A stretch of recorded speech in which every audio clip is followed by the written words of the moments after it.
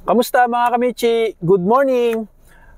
Jury Barcial po from Mitsubishi EDSA Caloocan.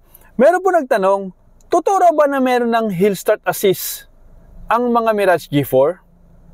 Kamichi, totoo ba?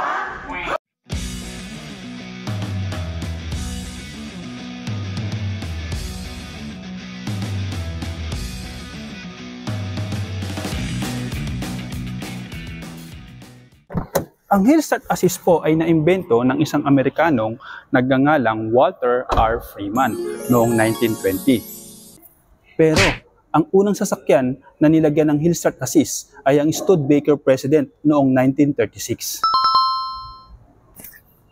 Kuya Kim, ikaw ba yan? Noong late 20s ay mas naging popular ang paggamit ng Hill Start Assist at karamihan sa mga modernong brand ng automotive industry ay gumagamit na nito.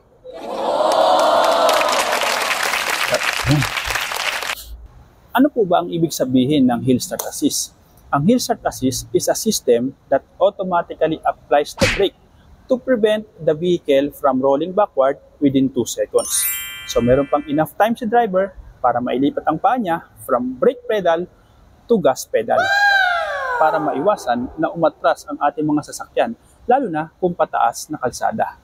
Dahil doon, makakaiwas pa ang driver sa sakuna.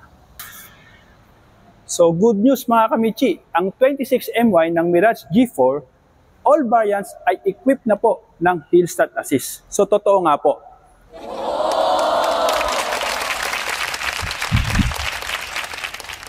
Jury Barcial po ulit mga kamichi. Ask me about Mitsubishi.